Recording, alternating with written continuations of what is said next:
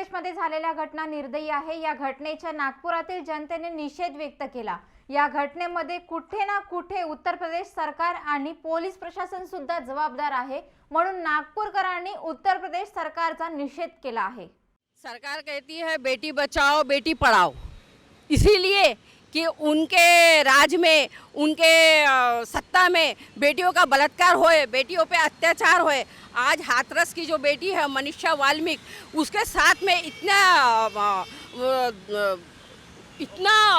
घृणित ये हुआ है कि जो बहुत ही शर्मनाक है।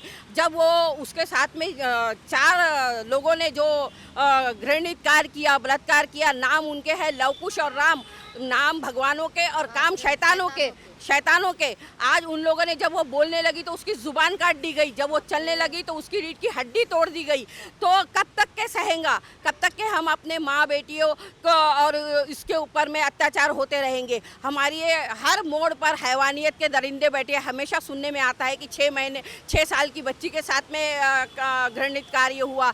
अभी थोड़े दिन पहले ही हैदराबाद की जो डॉक्टर रेड्डी थी, उसके साथ में ये कार्य हुआ, निर्भया के साथ में हुआ। तो कब तक के हम लोग ये सहन करते रहेंगे? कोर्ट तर सध्या काही करत नाही आहे मॅडम, कारण आजची स्थिती जी आहे, जे यूपी सरकार आहे, त्यांनी एक मेरा कहना एक है, यूपी सरकार ने राजीनामा देना चाहिए। जो आज ये दलित महिला के साथ इतना बड़ा अन्याय हो गया है, वहाँ पे अत्याचार हो गया है, कोई भी नेता वहाँ पे जाके क्यों नहीं देखे? और आखिर लाश की रही बात, लाश जब बोल रहे थे कि एक बार तो भी हमको हमारी बेटी का चेहरा बताओ, क्यों ये चोरी से वो लाश छुपा के वहाँ पे रात को 1:45 में उन्होंने शमशान घाट में डाले? कौन सा ऐसा न्याय है कि जो अपने बेटी का एक संस्कार हो रहा है और कोई माँ और बेटा और भाई वहाँ पे जा नहीं रहा है? ये तो बहुत बुरा है।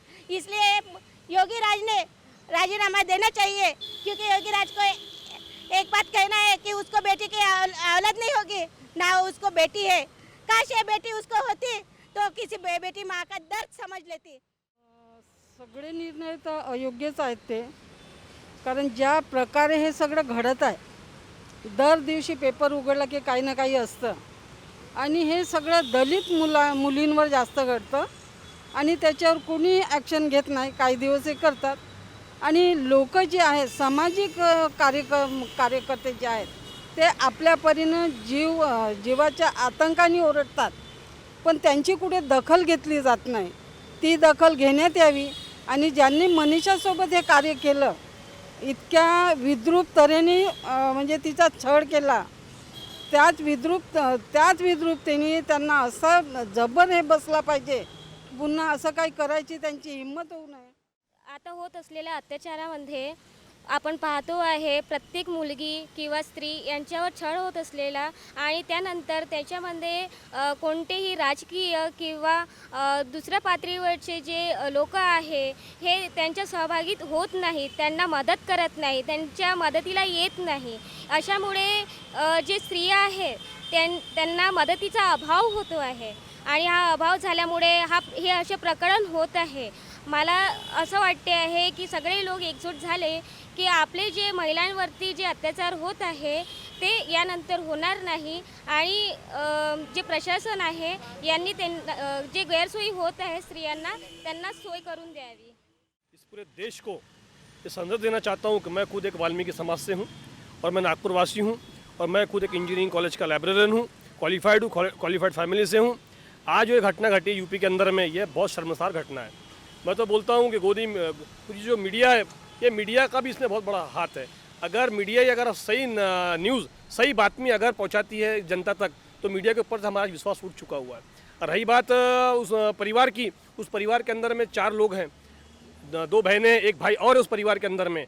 आज मैं नागपुर की जनता की तरफ से, नागपुर कर होने के नाते उस यूपी सरकार से ये मांग करता हूँ कि कम से कम उस परिवार को 1 करोड़ की राशि दी जाए, 10 एकड़ ज़मीन दी जाए, और घर में एक परिवार को उनको एक नौकरी दी जाए, और उस परिवार की रक्षा करना बहुत ज़रूरी है। और सबसे बड़ी बात यह है कि कानून के अंदर में, जो संविधान के अंदर में जो बताया गया हुआ है, भारत देश के अंदर में इस रेप के ऊपर में कोई कानून नहीं बनता, कानून पास नहीं हो जब तक हमारी बेटियां ऐसे ही इस देश के अंदर में सुरक्षा असुरक्षित महसूस करेगी। तो सबसे पहले मैं इस संविधान के तहत इस भारत सरकार से और पूरी सीएम से भी, वहाँ के सीएम से भी, और हमारे देश के राष्ट्रपति, हमारे देश के प्रधानमंत्री से गुहार लगाता हूँ नागपुर की ओर से कि इसके अंदर में कानून बनाया जाए और कानून के तहत किसी दरिंदे की ये मजाल ना हो, किसी बेटी को आँख उठा के भी देख ले। कॅमेरा पर्सन प्रणीत सह मी अक्षता, कृषी समृद्धी न्यूज, नागपूर।